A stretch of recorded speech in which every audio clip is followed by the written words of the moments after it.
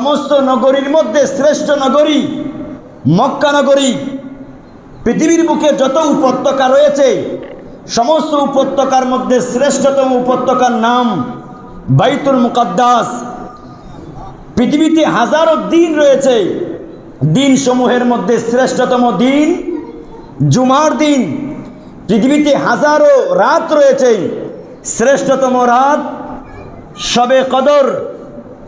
পৃথিবীর বুকে অনেক আসমানি কিতাব রয়েছে, এই আসমানি কিতাব সমূহের মধ্যে শ্রেষ্ঠতম কিতাব পবিত্র কোরআনুল কারীম। কোরআনুল কারীমের মধ্যে 114টি সূরা রয়েছে। 114টি সূরার মধ্যে শ্রেষ্ঠতম সূরার নাম সূরা বাকারা। কোরআন শরীফের মধ্যে 6666 আয়াত অথবা 6236টি আয়াত রয়েছে। শ্রেষ্ঠতম আয়াত হচ্ছে আয়াতুল কুরসি, আল্লাহু লা ইলাহা ইল্লা হুয়াল হাইয়ুল কাইয়ুম।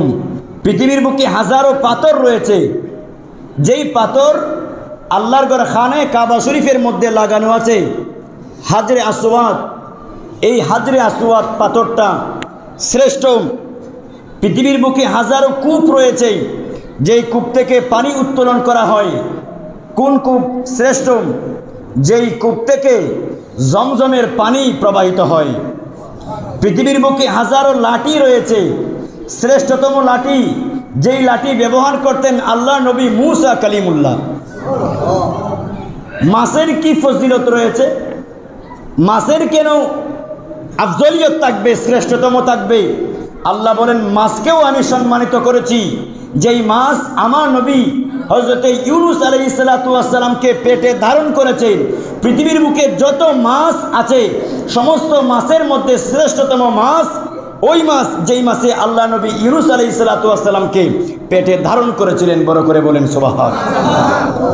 উটের মধ্যে শ্রেষ্ঠতম উট হযরতে সালেহ আলাইহিস সালাতু ওয়াস সালামের উট। মানুষ আংটি ব্যবহার করে, কোন আংটি শ্রেষ্ঠ?